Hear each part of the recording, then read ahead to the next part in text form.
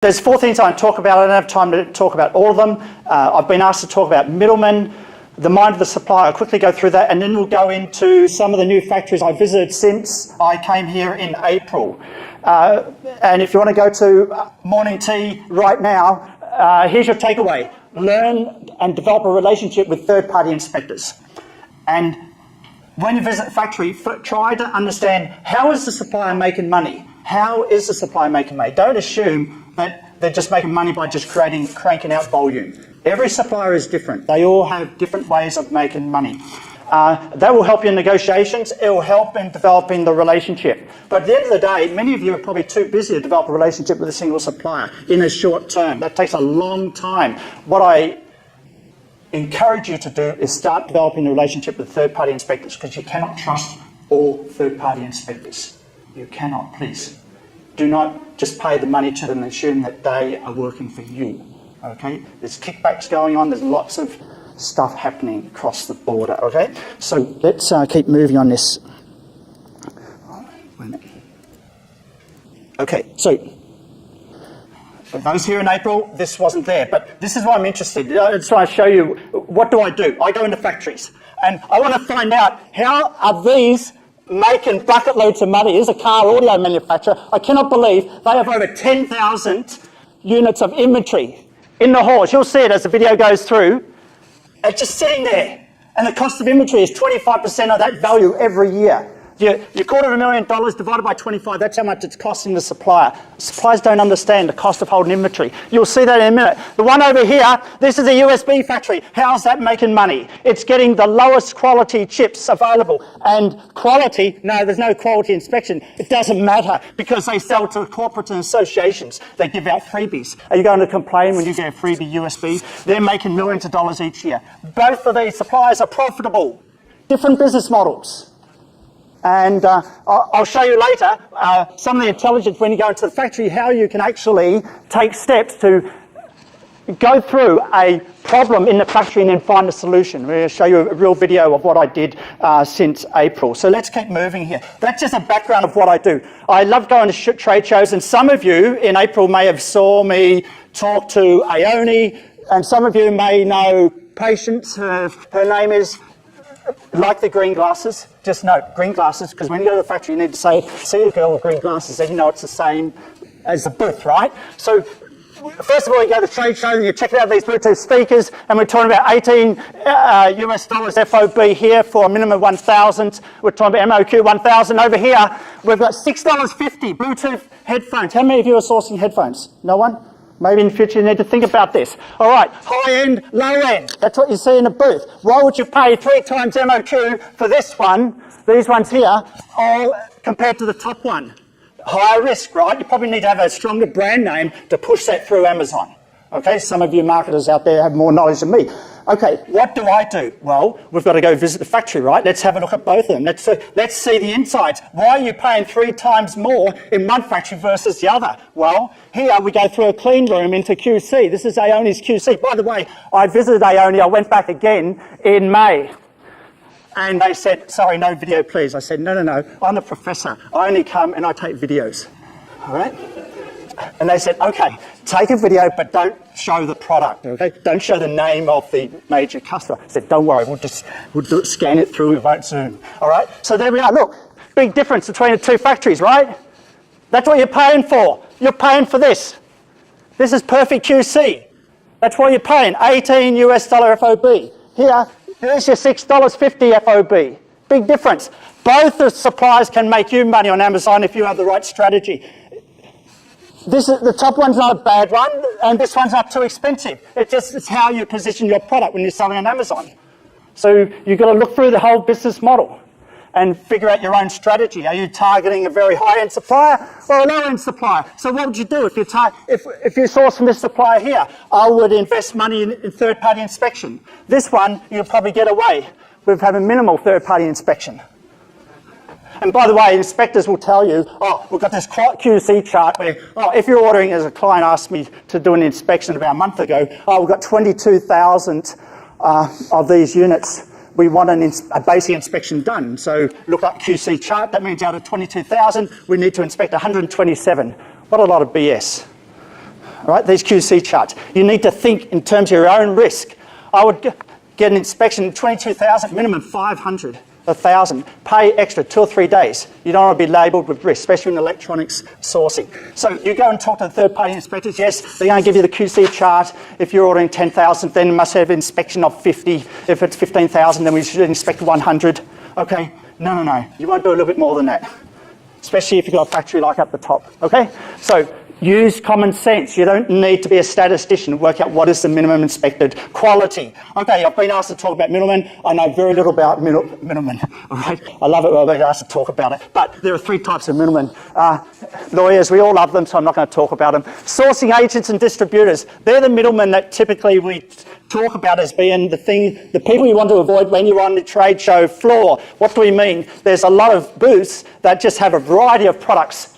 And you go up to them and say, oh yeah, we've got the factory, we're the factory. But they're not. They're actually an agent for a factory, but they won't say that they're an agent, okay? So the big point about this middleman part is how do you tell the difference when you're at the booth? And finally, there's auditors and testing labs. On a trade show floor, get to know your third-party inspector. Don't just choose the first inspector that you see the advertisement on the airport cart when you came in the airport. You see that, right? Okay? All right, don't just choose the first one you see. Get to know the person and find out, who is the person that's going to go and visit the factory? Better still, you visit the factory with them. They can help you with the putoir, they can help you, take you through the factory. They'll be scared because you're asking them to do even more than what they normally do. Inspection companies make money on volume too. Okay, I do inspections myself, but I wouldn't do it for a living. I do it to learn. Okay, you can ask me to do an inspection. No, I'll get my friend to do it for me, someone whom I trust. Okay, I wouldn't do it myself unless I want to learn. If there's an interesting factory I want to visit, but I do factory audits for the same purpose. Okay, how do you spot a trading company? Just be wary if they supply a very large range of products. That's the number one thing I think you need to take away when you're at the trade show. Just, are they focusing on one product and they know everything about it, or is they got a whole range of products and say we're the factory? Nearly impossible for a factory to make a whole range of products. So just look out for that trade show. But when you're in the factory, something that you can be very clear in your communications is that the production location may be audited by you in person. Even if you don't know how to do an audit. I'm going to visit. Just say, I have the right to come and audit myself. Because sometimes some of those factories, they say, the inspector comes in, they already know the inspector from last time. Okay, so sometimes their relationship with the inspector is stronger than the relationship with you. So just be careful about that. Okay, let's move on here. Lawyers, what are we going to say about that? How about I save you some money? You can bypass some lawyers for the top part, because I've done it myself. If you go to China Scope or Creditize is a Shanghai company. I don't get any commission, don't worry. But a big research project I did with my university, we actually had to spend a lot of money at Creditize getting data from suppliers. And actually we supply all the names, and then they told us, we can't find half the suppliers you give us. All right, that's the reality out there. But lawyers will charge you maybe $200 more, and then they'll get Creditize to do it for them anyway. Why don't you just pay Creditize $100 yourself directly? If you don't know their contact, let me know. I'll put you in touch with them. I don't get any commission. But it's very hard to, and you get the full financials of whatever supplier has given into the province. Now, maybe that's all made up, but it's still documentation that they've had to report. At least you know that they exist, okay, even though the financials may not be true. All right, IP and all that, you can ask questions about that later. Let's keep moving here. Okay, I love auditors and testing labs. I beat up on them because I don't trust them all, but what I do is I want to learn from them. So, this inspecting knives. Oh, sorry, I'll put the singular up there. It should be plural. Knives, knives. K-N-I-V-E-S. All right. So what do you do when you're seeing this? This is a testing lab. So what I want to do is, wait a minute, let's go back here. Let's get this. Where are you, mouse? All right. How many of you are sourcing knives? Anyone? Oh, come on. All right, let's just pass. All right. But this is a knife tester. And basically, I went there to find out, okay, if I'm going to source knives, what do I need to know from the testing lab? That would help you. And so just to give you an example of what you can learn, what inspection companies and third-party testing companies can do for you. So there's a straight-edge knife that requires to do 60 cycles and it needs to cut through 15 centimetres, but the serrated edge knives need to go through 200 cycles and they need to be able to cut 150 centimetres. That would be good to know if you're sourcing knives. Am I right? Right? So where do I learn from that? Do I go on Wikipedia? No. The inspection company, the testing lab is teaching me. You can do that too, because they're on the trade show floor downstairs tomorrow. Not all the testing labs, but most of the inspection companies. Pick their brains. The factory visit starts tomorrow on the trade show floor. Talk now. Mind the supplier, I'm going to briefly go over this because I presented this in April, but I just want to give you some brief takeaways from the supplier blacklist. And that's basically where people have actually complained about they've got the raw deal of suppliers over the last 2 or 3 years. So I've been fortunate to get data, so I've analysed it to find out, okay, what are the drivers of these complaints, all right? And so, different from April, what I did is I just took out the China suppliers, the red ones only, because blacklist could be suppliers from all over the world, all right? And so, how many of you are sourcing food, sports, clothing, accessories? Anyone?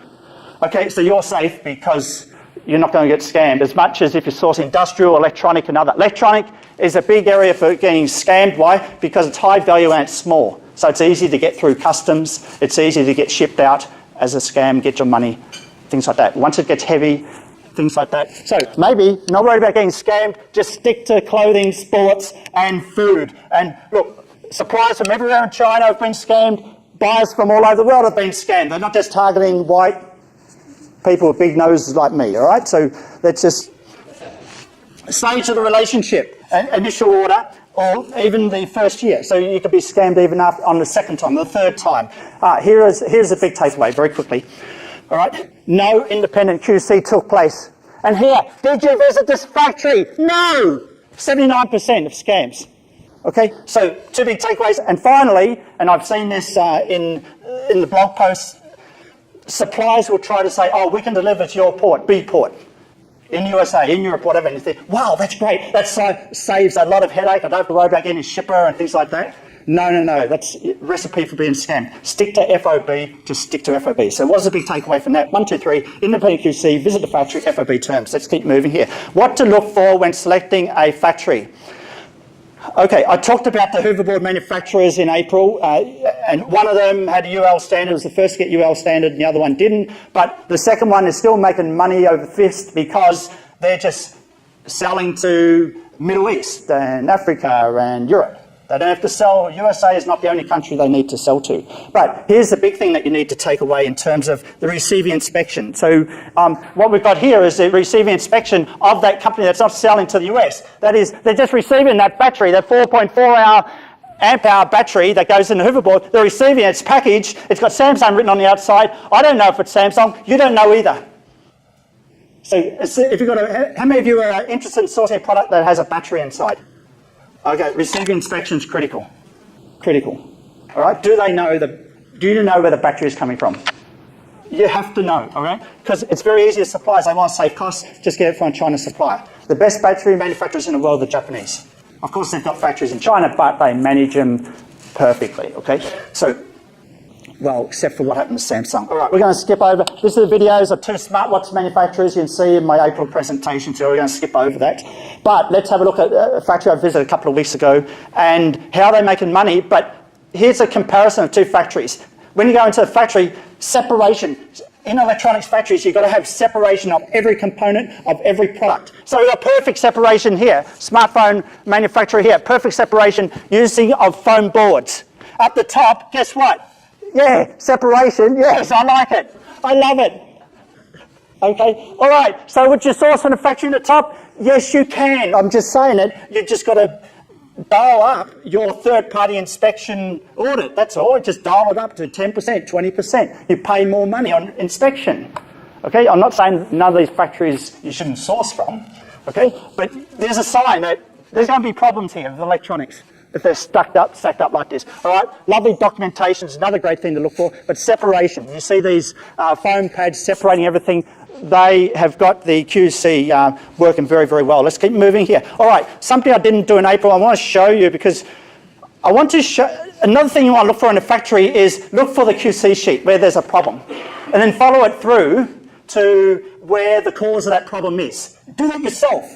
Don't rely on the supplier to do that. Do that yourself just to work through. Oh, Mr. Supplier, can you show me the cause of this problem? Oh, it's a worker over here. Oh, take me to the worker. Let's have a look. Oh, well, I hate talking. Let's just show you the video. All right? So we're making car audio, and the problem is the micro SD doesn't go into the slot properly. And so how do we know that? Well, you grab this QC sheet, and then we're looking at where all the problems are occurring. I asked the supplier, what's happening here? What's the big problem? Oh, it's not going into the slot. It's not aligned properly. All right, so there we are here. There's the slot there. You're with me here. All right, let's identify the problem. All right, so that's a reject. That's a reject. Rejects cost suppliers money. You want to push suppliers down on price. They can't do it if they've got rejects.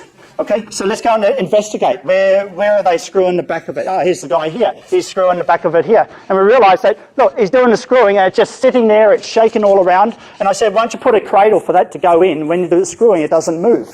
That's what the top electronic manufacturers do. They have a proper cradle for holding stuff. Okay, what about the soldering part? That's another part of the problem. Let's go to the solderer and find out what he's doing. Wow, look at this. He's just sitting there, he's crossed legs, right? I don't know how he's balancing that, and he's doing it in soldering. Fix that, all right? Just get a cradle so it doesn't move and have a little bit more stability so you have less variation in the outcome of this process. Okay, will the supplier do that? Maybe not. But as a concerned buyer, because you're buying that product, I would see that as positive for the relationship, okay? If they don't see it as positive, maybe you shouldn't be sourcing from them, okay? Let me repeat. If the supplier doesn't see your interest in these causes and fixing the causes as a positive thing, maybe you shouldn't be sourcing from them. Okay, so just trying to bring extra stuff to the negotiation table by focusing on takeaways, receiving inspection, documentation, attention to detail, rejects, and the mind of the supplier. So these are a list of things that you can think about, give you some ideas for when you go into the factory. So I don't finish my talk without showing you an audit I did, right? We need to see an audit, right? I say I'm an auditor, so I've got to prove I can do an audit. Yes, all right. So we've got to do a factory audit. But we can't do the same one in April. Otherwise, people pay good money in April. They don't want to see the same thing again. Okay? So, but you can see this. It's online, the one I did in April. But we're going to show you another one because I had a client from the US. Look, the agreement, the auditor said, look, I want to take videos. I want to show it in my presentation. So, we had this agreement beforehand, these audits. And this is a couple of months ago we did this. All right. So what are we auditing here? All right. You've gone to Amazon. And this is a new fancy thing. Look, I don't know much about Amazon. I just went there to just see, okay, what's the price range? Do you know what these are, by the way? Look, they're begging to be lost, aren't they? When you see that, they're not joined by a Y. You think, I'm going to lose one of these one day. It's going to happen. And will the other one work if I lose that one? I don't know. All right. So look, $65.99, $79, $39, and you go up to, what's the most? $189 at the top. That $189, that will not even move if it's not associated with a strong brand name. I think you all know that, okay? If you're going for a higher price, you've got to have a really strong brand name. Okay, fine. All right, we've got our price range now, okay? Okay, here's our two factories. Audition, GP Technology. Now, I just showed that that's a competitor, Rokin, but GP Technology is making something similar to that. $109 US dollars. And this one here, it's a sort of a lighter, lower-end version, $89.98. And so basically what they come with is a charger package. Stick them in they go into the end, it's sort of magnet, and then they charge up. And usually you charge them up about 3, 4, 5 times. Because you've got a little 40 milliamp hour battery in each of these earbuds, and then you've got an 800 milliamp hour battery in the unit in the center. So, and that's how they work. That's how, So there are two parts. So we go into the factory and they've got pictures of the actual product, 1 and 2. Now this one here, and I'm thinking, wow, I haven't seen this before. This one over here, GP Technology, is not on Amazon. Audition, how much are they charging you? What's the FOB? We're talking $15 FOB, $21.50 FOB, and we're talking $5K at the bottom here. All right, $5K, $21.50. Wow, how much do you have to sell it on Amazon to make profit? Suddenly you think $21.50, you're talking about $70, $80, right? 4 times you're thinking about that. I went on Amazon, you can get some of these for down $20, $30 now. You're thinking, well, how can you make money? You really have to have a good brand name to actually push a higher price than that. Okay, GP Technology. Wow, I've never seen this design before. Well, I need to see this. What's the price? Okay, MOQ is 1,000, but the FOB price is, it's around here somewhere, 25. 25 for 1,000. The other one's 21.50, but 5,000. Probably lower risk for this one. Investment, 25,000. What was the other one? Investment, 100,000. Okay, but there are two different levels, I think. But let's go and have a look at factory first. Okay, all right, we've got the red, we've got the blue, we've got certificates. Of course, they need FCC, they need all that. They didn't actually supply that on the day. We had to follow up with them and get more information. But here's the thing that surprised me when I went into both. Neither of them were actually making the product when I went in there. Neither of them. They were making other things. And I was a bit disappointed because they knew that I was representing a client. I wasn't just the professor. I'm carbon reduction illustration because there's no value adding. You can replace that with Salesforce information and computer ERP systems and things like that. But that's a discussion for another day. All right, so we're going into both.